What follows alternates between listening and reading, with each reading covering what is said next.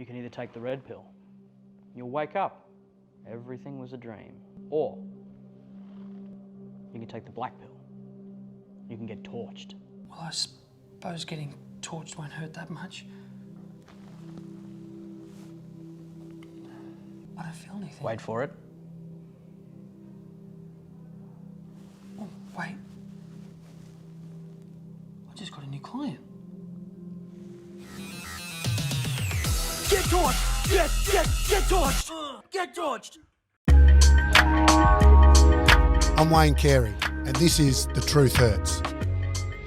Well, we're here again for The Truth Hurts, a bonus episode this week, and it's in the spirit of Trade Week. We're going to wind back the clock to 2002, a rather rough time for the man across me. We're not going to delve necessarily into why this happened. Well, I'm not anyway. You can, Wayne, if you feel that way. How long have you got? You had to leave. You can Google it. You had to leave North Melbourne. Yep. For reasons. Well, I chose to leave North Melbourne, yes. You chose to leave North Melbourne. It was probably a situation where you had to get out of there. It's well documented. Early episodes of The Truth Hurts. 15 pages of the Herald Sun. Very well documented. If you want to go back through that, episodes 1 and 2. Well, let's not go back. Anyway, that's not why we're doing this. So you had a decision to make about where you would go, and that's what I'm interested in. How there's a different time for trading. No future picks, not as much flexibility in terms of how you could get deals done. But from your perspective, how did it play out initially when you knew that it was a possibility that you might need to move? Are you on the phone? Not need to move. I decided to retire, right? So I'd retired. It wasn't like I was looking for a trade. Yep. I then made the wise decision to go to Vegas. Yes. Which clearly I'm being facetious, wasn't that wise. Yep. But it was while I was overseas during 2002 that I made the decision that I wanted to play footy again. But it took a good 6 months. So for that first 6 months of 2002, I was travelling and not thinking about ever playing footy again, which was real. I didn't think I would even consider it, and it wasn't until I was over there and having a good time and everything else, and then had a few phone calls and people saying there's been a few inquiries about whether you wanted to play again, and the simple answer was no, and like I was just having too good a time. There was no way that I wanted to play footy again. I wanted to just and given the fanfare and the amount of media attention that it got, I've figured, fade away into the sunset and never be seen again. How wrong's that turned out? Yes. But made the decision while I was over there that I did, and this is now, like I said, halfway through 2002, and that's when the clubs started ringing my then manager Ricky Nixon and the Chook, and it was around the time that Chook, I think, and he's well documented as well as I think he started to make some life decisions that weren't that great either, and he'd made a couple of comments. So during this whole process, I sacked Ricky Nixon. What on air on Triple M? I didn't know that. So what happened? Well, I'd got back from overseas. I had all of these footy clubs, wanting to have an interview process, and Ricky was asked on radio. It was actually Triple M. I'm sure it was Triple M. Was asked on radio, where's Wayne, and what do you think? And so my own manager said, "Oh, well, I'd be very careful, about." Damaged goods, basically, is what he said on radio. And really? Okay. And I then rang the radio station up. I was in Wagga watching. So someone's called you to say this is what Ricky said on. I heard it. Oh, you heard it. I was listening to Triple M. Yeah. Okay. I was watching my brother playing a final at Mara Oval in Wagga Wagga. I'd trained that morning. So like I said, in my own head, I'd made up. I'd been training. Yeah. And sitting there listening to this interview, them talking about me, where I might play, and Ricky and Chicken at the time saying that, club beware. I'm going, hang on, he's my player manager. And I remember getting off the phone.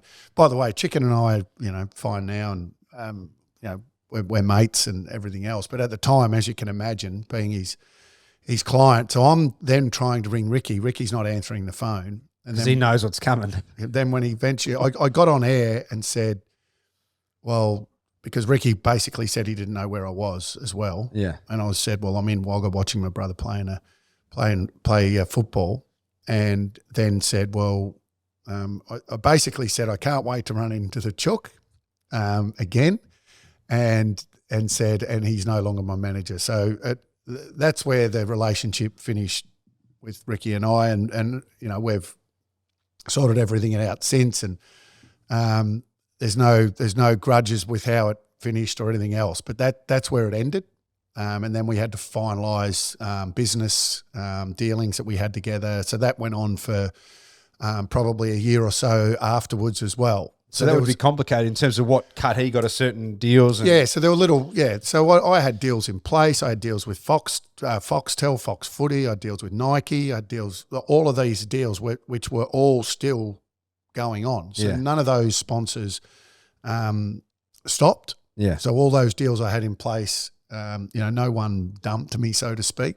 So, there was commission that was owing to him, but he owed me money. So there's all of these different things going on. So then one of my really good mates, Anthony McConville, which is Max Sports, and that's still there today, and he's Brett Delidio and his son, Tommy, they're the main men now at Max Sports. I said to Macca, can you just get involved as a mate and tidy up wherever I decide to go? Can you be a part of that and help that and facilitate everything? And he said, yep. So he jumped straight in as a mate and did that. So he would have been pretty young at that stage as well in that business. He was. Yeah, he was. Yeah, well, not a long time. So and he did commercial deals and all sorts of stuff for me during that time when I was at the Adelaide Crows. So he played a key role, and especially having someone, and a good mate and someone who I respect immensely, and it runs a fantastic business because they're not a massive, they don't have 1,000 players. They have enough players that they can really give their time to. So I rate Mac Sports really high, and Mac is an absolute beauty. Known him and his wife forever, and the kids, grew up with the kids, Byron and Tommy's involved in the business, and now Brett Delidio, who he managed. He also had Trent Cotchin. He's got Max Gawn. So he's had some superstar players. Yeah. Some of them have left him. He had Elliott. Some leave because they get promised they can make bigger money elsewhere. So anyway, that invariably all of that's playing out. And then I have to decide then once and for all whether I really do want to play and who are the suitors. And so how many were there? How many clubs at this stage had made contact? Just about every club except for Brisbane. Brisbane didn't, but remember they had a young Jonathan Brown, Lynch, Bradshaw. So they had a young. Lynch wasn't so young, but the other guys were up and coming. So they certainly weren't after my services. Port Adelaide didn't, I don't think. So it would have been Treadray's early years at Port, perhaps? Yeah, absolutely, it was, yep. He was All-Australian in those years. Yeah. Yep. So All-Australian centre-half for that is. So there was just about everyone else, but I narrowed it down to the 5 clubs that I thought I'd go and have a chat to. So it was the Hawks, Sydney, obviously Adelaide, which I invariably ended up, the Bombers and the Pies. Yep.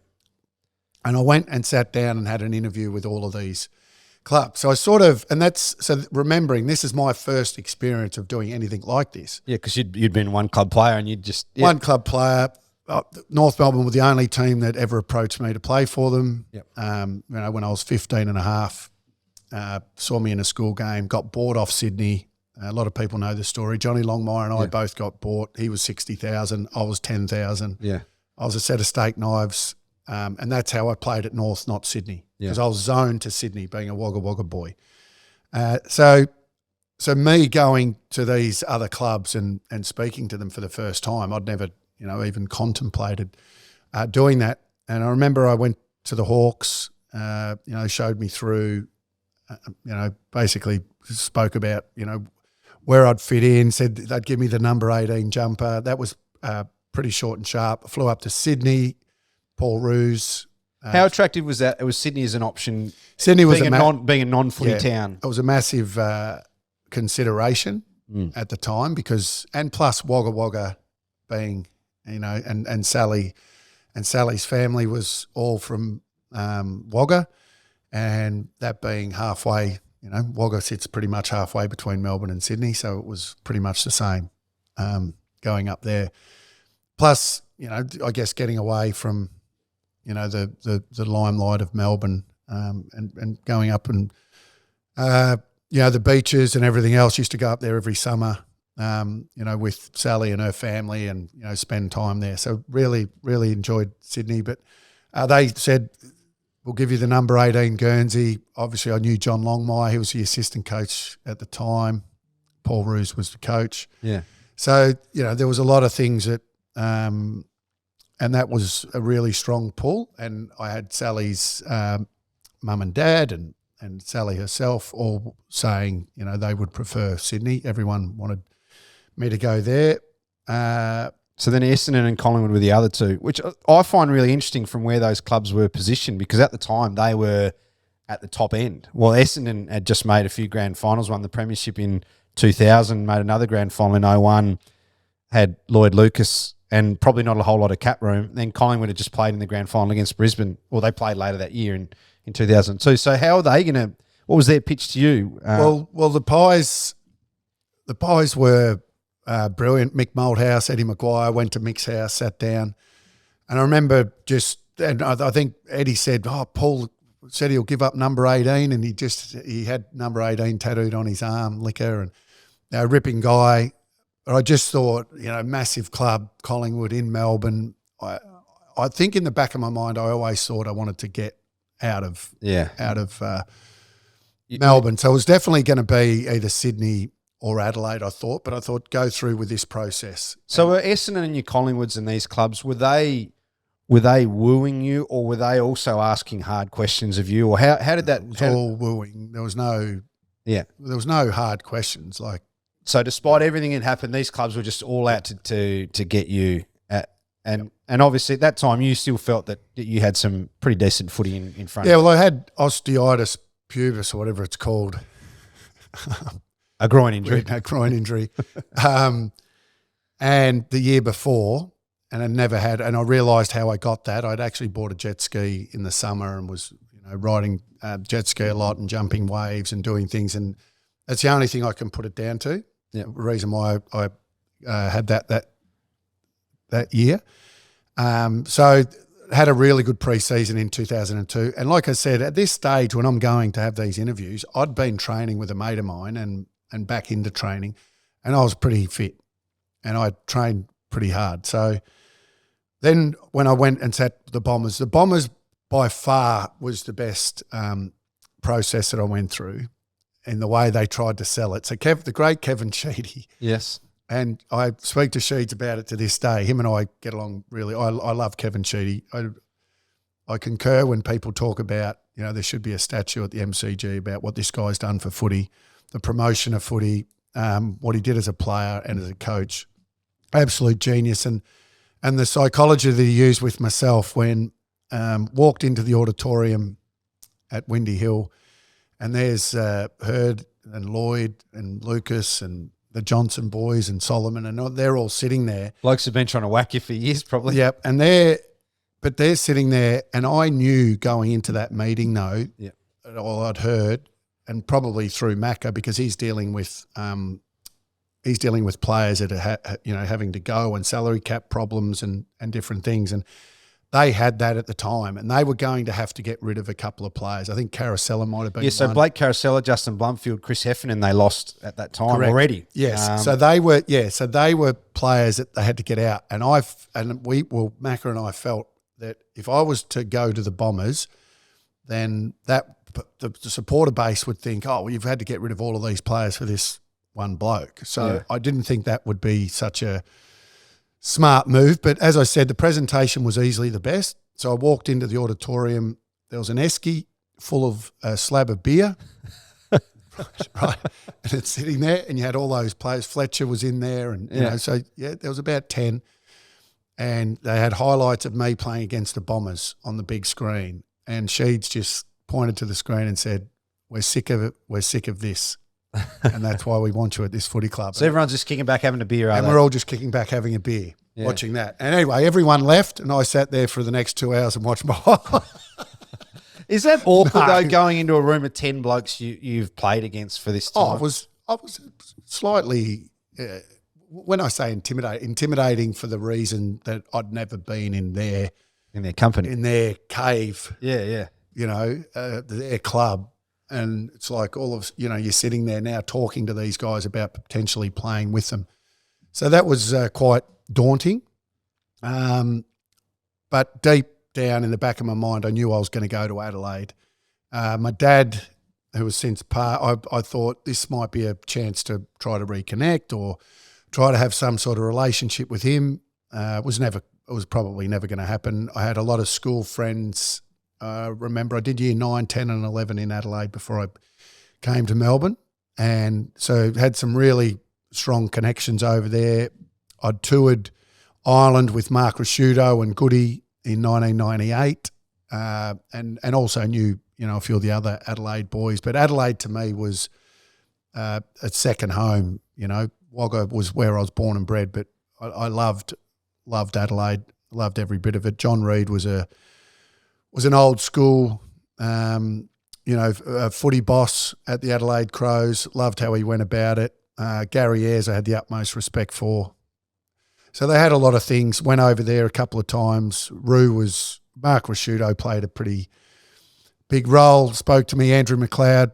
All of these guys rang Mark Bickley. They all did a video. Actually, I think I've got the video somewhere where they all did. They sent me a video. They all did a little piece saying why they wanted me to come to their footy club. So their presentation was pretty good as well. And I guess they just piss in your pocket and make you feel good, and that's what they did.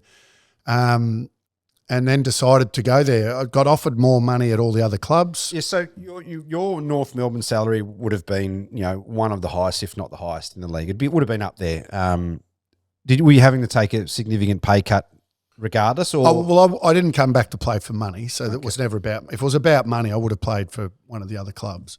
Yep. It was. You felt within you had. I just wanted to come back and play footy, and I thought I had another good couple of years left. Clearly, if the body was sound, and I did. So the Adelaide Crows did put me through a fitness test. Yep. On a treadmill where they basically, I don't know what the test is called, but I did pretty well on that test, and they were more than happy with what condition that I was in. So then the decision was made, and we made the announcement, and that's how I ended up at the Adelaide Crows. So the trade for the Crows gave up for you picks 2 and pick 18. So North got Daniel Wells out of that pick. Chris Shaw was the other player they selected with pick 18, so didn't play a game of footy as far as I can tell. So Daniel Wells, not a bad selection. You won. Not a bad selection. So North got pick 2 for a player that's just about cooked. That's pretty good. But that's a pretty good deal for North Melbourne. Do you think you were just? Was it well known that you were just about? No. I'd say that. Yeah. I say that. But at pick 2 at that stage, you would think, given that I'd had a year off as well. I guess there's those because Chris Judd deal, for instance. There's always a chance having a year off. Like, how is the body? And invariably, that's sort of how it panned out. So it's got soft tissue injuries, which I'd never had before. So you ended up playing 28 games for 14 in both years. Yeah, and so your body at that stage just started letting you. It wasn't. I don't think it was. To be honest, I don't think it was my body, so to speak. I think it was more the training that we did. So it was a very different training program to what we had at North Melbourne. So they were still running 5K time trials and things like that. We were doing 2 and 3K time trials, and yes, we did do those in the second year at the Crows, but there were just differences. I probably pushed, I'd probably push myself in different ways that, You know, I didn't at North, and then so I started getting like little hamstring injuries and things that I just never had. Yep.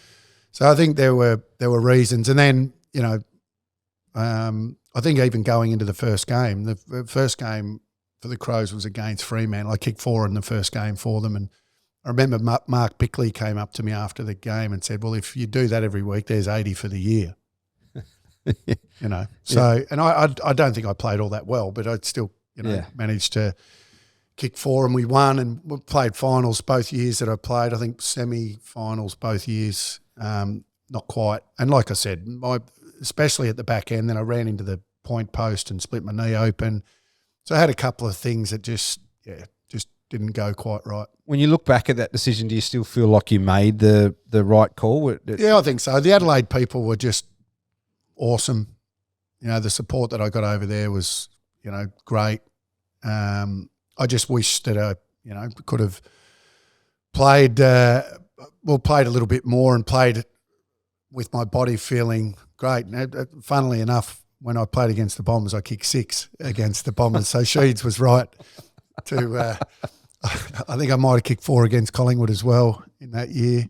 It's funny, the teams that, were after you. So you'd never previously in your career, when you had a contract year, had any conversations with North, because now only the Adelaide Crows in 2001. Because players use other clubs now as leverage to get better money or better deals. Oh, sorry, not in 2001. What am I talking about? In when did they come in? The Crows? Early 90s. Yeah, sorry, it was 91, not 2001. 91. So when they came in, they tried to get when they came in, the Crows, sort of put an arm out, so to speak, and say, well, what if? Yeah. And they offered me a hell of a lot more money than what I was getting paid at North, but I stayed at North. You felt at that stage that you had it's interesting how that works now, the idea of leverage. But you felt like throughout your career that what you were being offered was fair enough regardless? And so I was probably overpaid in terms of what everyone else was getting at other clubs. And, if you look at what other players were, Greg Miller, and it was predominantly Greg, every year if I signed a 3-year deal and I exceeded what they thought in that first year, then they would top it up and add a year onto it. And so I never got within 2 years of being out of contract, basically. I never got to the last year ever. Yeah, okay. So that's really interesting, because it feels like there's different games now and maybe because that was of your status in the game as well, that's how they dealt with you. But now there's a lot more byplay in terms of eking out that extra year. Or if someone offered you a 7-year deal at certain stages of your career like they do now, would you have gone for that, or did you like that the 3-year kept you sharp? Or well, I think 4 years at that time was long. Yeah, 4-year deal was and guaranteed. Remember, so there were a smaller percentage of players that got guaranteed money. Now there's that percentage is a bit bigger, but remembering there's still a big portion of players out there that don't, their money, if they get injured or they're playing seconds, they're not getting the money that they might earn otherwise. Yeah. So they're heavily performance based in terms of match payments. And even top 10 finishes in best and fairest and all Australian squads come into it. That sort of money. And I remember my last contract that Ricky Nixon signed with North Melbourne, which was I think 99, 2000, 2001, 2002, and it finished in 2002, I think. I think at the start of that negotiation, it was clearly the biggest deal then, and still the top players are only getting paid that amount now. So in terms of inflation, it hasn't gone up at all. But I remember saying to Chicken, who negotiated that, I said, well, are we putting in best and fairest and all Australian and stuff like that? And we sat there with Greg, and Greg said, we'd expect you to get all of those things if we're paying the money that we're paying. And I thought, yeah, fair enough. It probably is fair enough. Yeah. When the figures that you were talking, which are over $1 million a year at the time, 20 odd years ago, a lot of money. In the process of getting that trade done to the Crows, there's a lot of byplay now in terms of he's worth more. We want this, a lot more flexibility now too. But was there ever any thought of that not happening, or was it all pretty straightforward because of the circumstances? Yeah, the Crows didn't want to offer pick 2. Yeah. So what was I don't know how. Yeah, well, I remember the Crows saying, "Oh, you know, we're not going to give pick 2," and or something around that. I remember saying, "Well, if I'm committing to you, then you know you better commit the other way." Yeah. And that's just me trying to remember back. But there was definitely byplay about not wanting to give up, and fair enough too. Was it? And then that would have been, that part of it would have been another layer of stress, I'd imagine, for you at the time. Yeah, well, it is because you know they're saying they're definitely going to get the deal done. We're doing it. We want you no matter what. And then, but if you know they want that pick, and invariably I think they gave up what North wanted. So North won. I think North won on the deal because of my body. Yeah. I did finish in the top 10 both years in the BNF, by the way, which everyone hangs their hat on these days as being something unbelievable. And only played half the year in both years. So it wasn't all doom and gloom. I played some good footy for the Crows. And I do like to hang my hat on that when I was at the Crows, Mark Rasciuto won a Brownlow and came runner-up in a Brownlow. So I made him a better player. So it's funny because you become good mates with Roo. Rue's a ripper. It was from that time as teammates that you sort of forged that relationship, or did you already know him? No, we knew. We toured in 1998, and Of plus, course. yeah, and then in times I went to Adelaide. I used to go to Adelaide quite a bit in the off season as well. So there was always With it, I always a bit of trepidation when I haven't really prepped you for stuff that I'm going to ask you or anything like that. But do you remember the first few months at Adelaide and what it was like in terms of? I was on the front page of the paper about Because it's still a footy town. Like it's still. Well, you know, I was on the so you go over there with everything, all of the stuff that had occurred and all of the media attention and just trying to fly below the radar. We've got our community camp. We're going to Broken Hill on our community camp, and I decided to go to the Grand Hotel on a Sunday. And anyway, I had a few mates there. There was a hotel room. There was a spa. There was the spas overflowed, and the next day the Herald Sun. Sorry, the advertiser. The front page was Wayne Carey spa party in. So Broken Hill. Oh, this is week 2 at the footy club. And I remember Reedy and Stephen Trigg called me into the office and said, "Oh, you know what?" I said, "Look, I can guarantee you that it wasn't my spa party, and I didn't get in any spa." They just happened to be a spa. They just happened to be. Well, someone had a room there that had a spa in it, but just because I was at the hotel doesn't mean it's my spa. So, yeah. So once again, in and around something that invariably wasn't entirely truthful, but I was in that. I put myself in a situation. So they were quite strong on.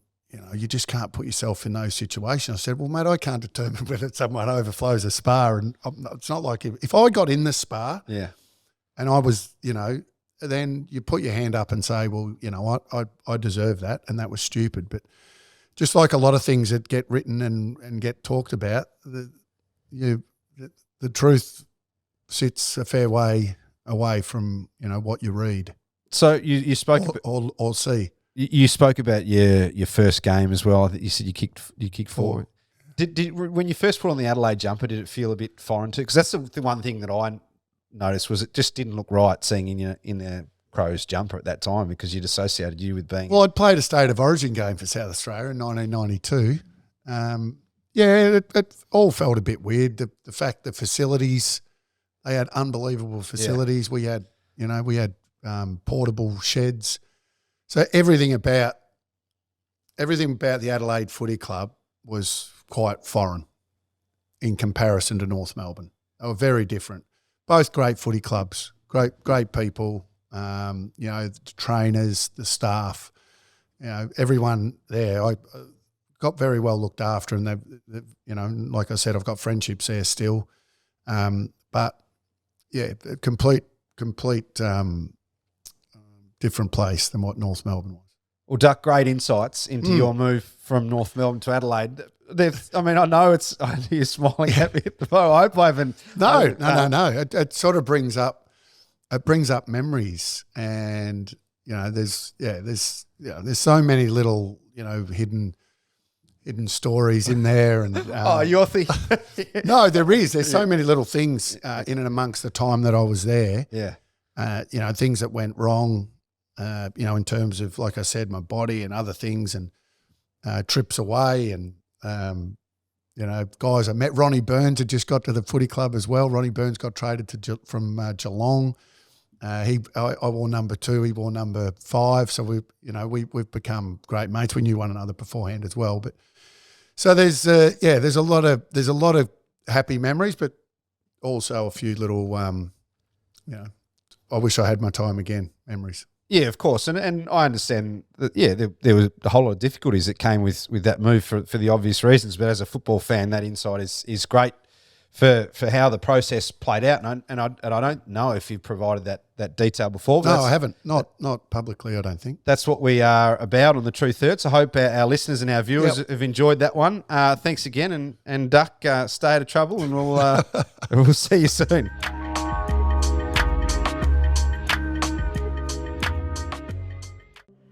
You can either take the red pill, you'll wake up, everything was a dream, or you can take the black pill, you can get torched. Well, I suppose getting torched won't hurt that much. I don't feel anything. Wait for it. Oh, wait. I just got a new client. Get torched! Get torched! Get torched!